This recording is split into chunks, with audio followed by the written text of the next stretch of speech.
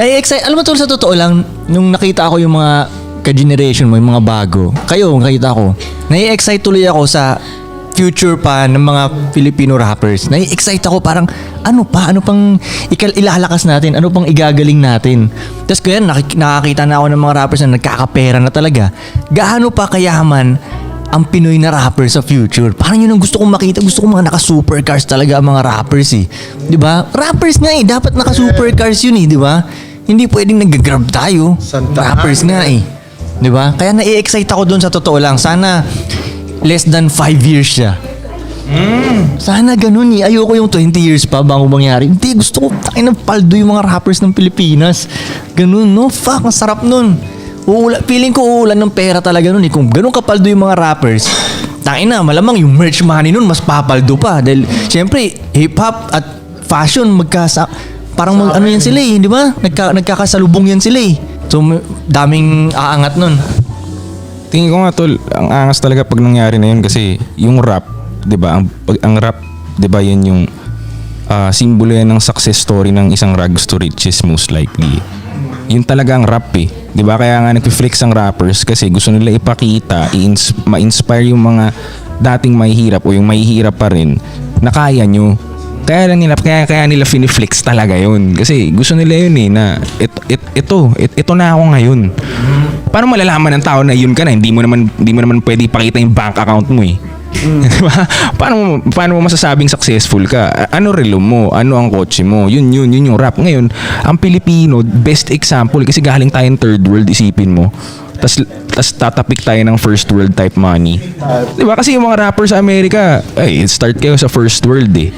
First world pa rin yan kahit ano sabihin nyo eh. Kahit sobrang trap o hirap niyan, first world pa rin yan. Iba pa rin yan sa third world para sa akin. So kung galing ka sa third world tas tumatapik ka na ng perang pang kanila, yun na yun. Yun talaga ang rap. Yun talaga. Brown excellence yun ang rags to riches na ano. Very rags. Mas ano talaga yun do? Trapo to riches ba? Tambay to riches. Parang ganun. Isipin mo tol, halimbawa, isang table, tas lahat kayo mayaman, ikaw lang dun yung Pinoy. O, ikaw yung isa sa pinakagaling sa hirap talaga dun. Tingin mo, naka-experience sila ng Sorrento lifestyle. Tingin nyo, nakalakad na yung mga yan sa squatteran vibe. May lyrics akong ganun eh. Normal nga yun dito eh. Di ba? So, di ba? Iba dito eh. Saksakan nga yung trip dito eh. Konsonada culture nga dito eh. Di ba? Mas mahirap talaga dito. So, pag nagawa natin yun na rap money na international vibe na, ganun na yung pera natin, yun ang rap para sa akin talaga. Kumbaga, panis yung mga founders ng rap kasi galing talaga tayo sa baba. Parang nakaka-excite nga yung tulig. Parang ano siya eh. Honda Civic na tatalo ng Ferrari. Parang ganung feeling siya eh. Pag nangyari yun, di ba? Third world, tapos kayang sumabay sa first world money. Ganun siya na feeling. Imagine mo na Honda Civic ka lang, may na-smoke ang Ferrari. Tayo na di ka makakatulog nun. Tangin na ilang buwan na kwentuhan na yun, di ba? Ganun dapat natutulog. Oo, tayo na, di ba, tol? Oo. Parang ganun siya, tol. Kaya mas masarap siya. Para kaya nga minsan, para sa akin, ang swerte din na sa Pinas ako pinanganak eh.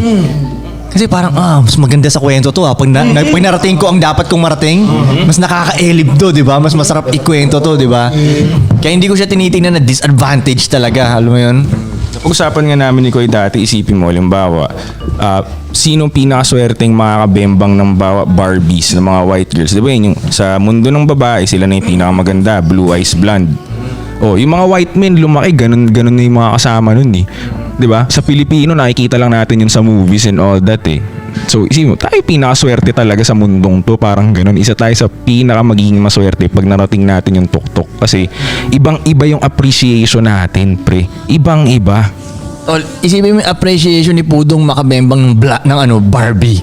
Damn! Isipin mo nung naglalakad ka sa 5-star hotel, meron kang Barbie na kasama. Di ba? Siyempre, ang unang iisipin ng mga tao nun, hindi, binayaran yan. Malamang yun iisipin nila. Pero, hindi, kunyari hindi, di ba? Dog. Sub-Zero yan, Dong with a Barbie. Dong with a Barbie? Come on. Dahil may init sa'yo ng Dong, no? Gusto ko yun. Dami na Tapos naman. magkakaroon ka ng anak na medyo blue eyes din. Isipin mo yung passport nga lang natin bilang Pilipino, kailangan pa natin mag-apply ng mga visa sa mga bansa eh. Ganun tayo kababa tignan ng mundo, isipin mo. Kailangan mapatunayan mo munang milyonaryo ka o may pera ka sa bangko at wala kang gagawing masama sa bansa nila bago ka nila papasukin. Samantalang pag Amerikano ka, pwede ka pumunta kung saan mo gusto. Di ba? Pag Pilipino ka, kailangan ko pa ipakita sa'yo yung bank account ko. Kailangan mo pa ako interviewin para patunayan sa'yo na hindi ako magsistay sa bansa mo. Di ba? Ganun nila tayo tignan. So, ang sarap talaga pag pumunta ako na ibang bansa, na yung passport ko maroon. Number 1 ka pala, no?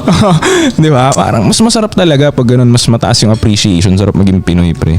Yan din yung iniisip ko tol dati nung nagsisimula ako mag-rap. Okay, ganito yung flow ko. Tanggap ko na hindi ko kaya magsulat ng mga parang, kung paano magsulat sila Looney ba? Yung mga ganun, lyrical mga ganun. So mas na-excite ako na parang, pag naabot ko naman yung dapat kong maabot, mas mas masaya siya, parang ganun ba? Dahil, di ba, ganun lang yung flow ko, ganun lang yung lyrics ko, pero bang, parang yun nga, Honda Civic na nakatalo ng Ferrari, parang ganun siya.